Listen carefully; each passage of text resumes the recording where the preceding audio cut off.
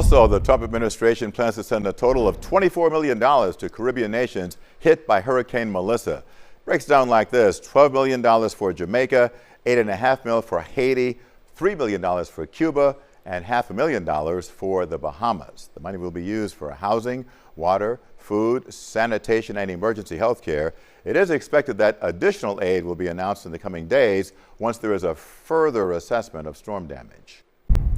A sport most closely associated with the frigid climates up north and in Canada is gaining traction right in our own backyard. Sure is. Of course, it could have something to do with our Florida Panthers. Yeah. Back-to-back Stanley Cup champs. From Fort Lauderdale, CBS News' Christiana Benavides tells us how and why ice hockey has heated up right here in Florida. This hockey rink is not in Minnesota, Michigan, or Wisconsin.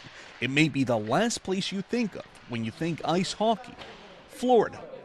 14-year-old Leighton Baumel has been skating here for more than a decade.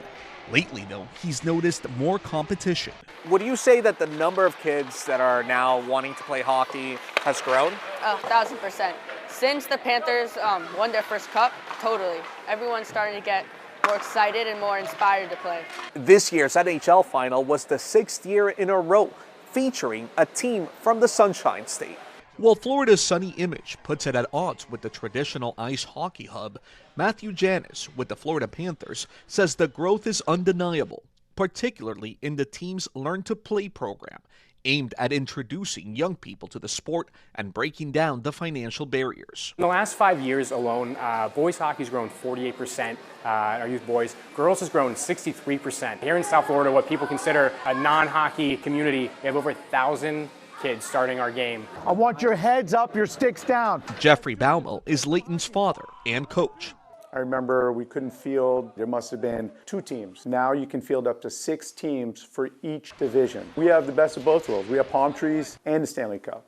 You can't beat that. Who wants to shovel snow? The growth of youth leagues is something Washington Capitals player and Florida native Jacob Chikrin says would have allowed him to play at home longer. Obviously, the success of the team is going to have a big impact on the kids there. I think it's great to see the game growing in these non-traditional southern markets. Or as Leighton put it, I think it's really cool, and it's great that hockey's finally getting the respect it deserves.